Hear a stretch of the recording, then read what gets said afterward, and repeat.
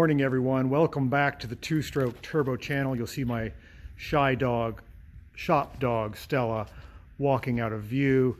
What are we working on today? Always something good on our lift.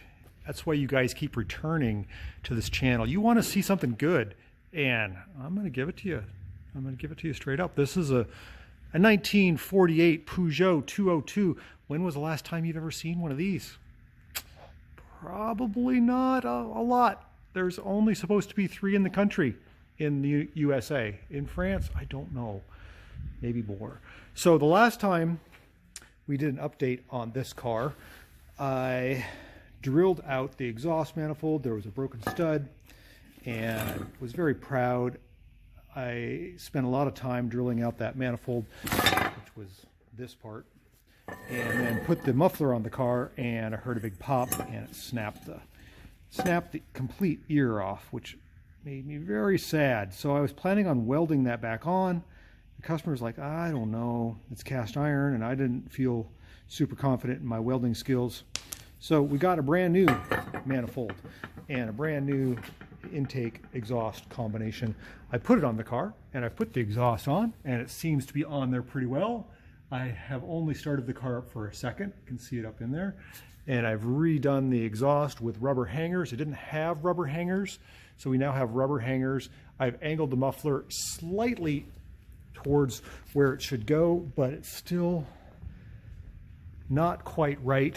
This exhaust pipe interferes with this track arm. I've got to adjust that a little bit. But that was one thing that I'm working on. So now I do have the exhaust coming all the way out beyond the bumper, so we don't asphyxiate ourselves from all the holes in the firewall. I'm still working on that. The next thing I was doing is the rear wheel cylinders. I didn't think they were available.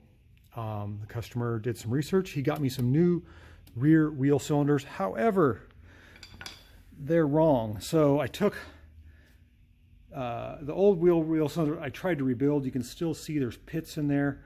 I wasn't sure that they would survive. So he got brand new wheel cylinders. However, I had to swap out the pistons because the new pistons have these little bumps on them and the old ones are concave, and that means that the shoes wouldn't contract and I couldn't get the drums on. So I have new wheel cylinders with new seals with old pistons, which should be fine.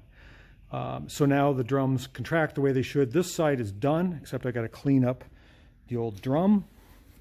These things are heavy, and somebody before me broke that lip off trying to pry it off without the special tool. I still have to get in here with my grinder and get the surface clean because it's all gummy. So we're working on the other side. This would be the driver's side. I've got it all apart here, and I've got the new wheel cylinder here, the old one here, and the old wheel cylinders had this really funky bleeder.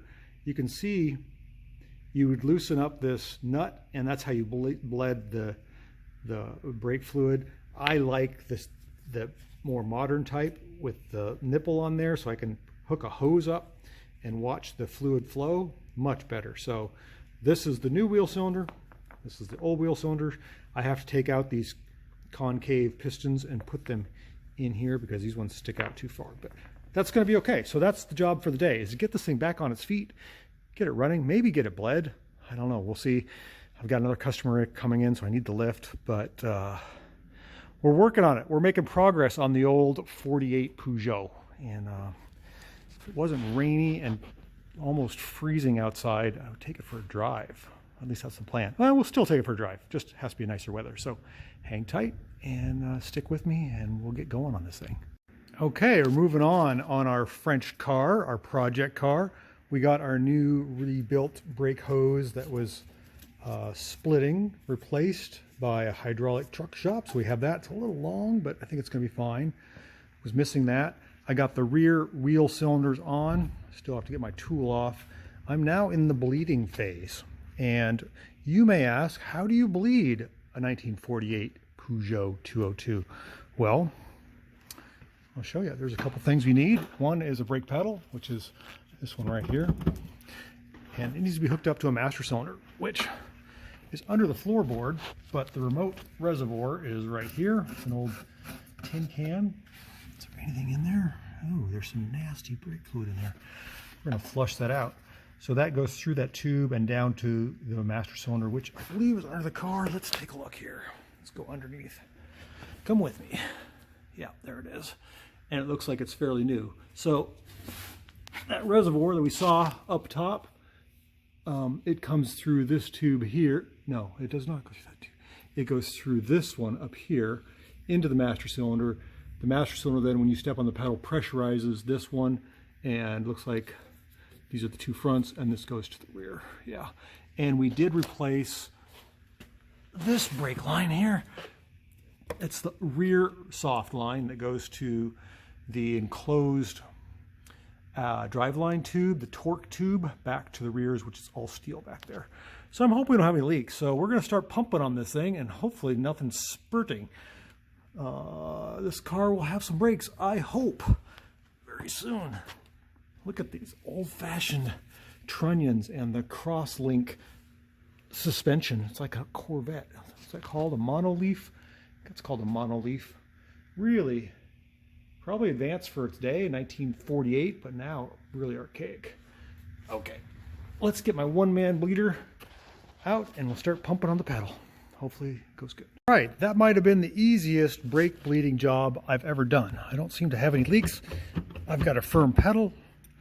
I didn't run the master cylinder out of fluid. We still have some in there. I do all my cars one-man bleeding. I don't have any help in my shop. I just hook up a maple syrup bottle, run the line up. The line has to go up to get the air out, and I pump the pedal and I flush the lines. It took about a quart of fluid, and I'm put the wheels back on. I'm gonna adjust the shoes a little bit, and holy cow, I think we got brakes. Okay, as you see, the Peugeot is out of the shop. It's out in the fresh air. We've got a little sunshine today. It's kind of nice. I see a little blue sky up there. I want to start this thing. I want to see if the exhaust actually goes out the back of the car. I brought my handy can of starting fluid. I'm going to give her a little shot right in the carburetor there. Right down, whoa, right down the app. Right out its backside. And the reason I'm doing that is because the choke cable is right here and it's broken. I pulled it too far. I have to fix it so it has no choke, and I'm not sure it'll start. But I want to see if the car will start up and the exhaust goes out the back. So let's try it. Battery is hooked up. Brakes seem to be working. The pedal is firm. Let's get in our French racing machine here with our racing seat. And let's see. I'll put my foot on the gas pedal just to get it seen a little. Okay, so we're going to hit the contactor. Lights up. Gauges came alive. And the starter. Neutral. Handbrake is on. Having to keep my foot on the gas here, keep it warmed up. Actually pretty good. Yeah, my choke, I pulled too far. I got to push that back in to work on that. I don't know what that does. I don't know what that does. Is this the wipers? Are you kidding me? They're manual wipers. Oh, they are manual wipers. That's crazy. They are manual wipers. Okay.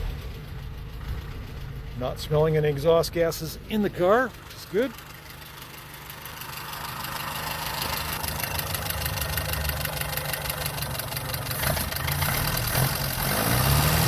Sounds good. Sounds quiet. No cracks in the manifold, the downpipe.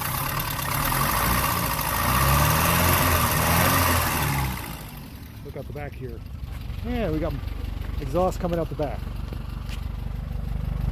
Feels pretty smooth. I'm happy with that. Okay, next up we got to sort through this thing so we can take it on a drive. That might not be today, but I'm happy so far.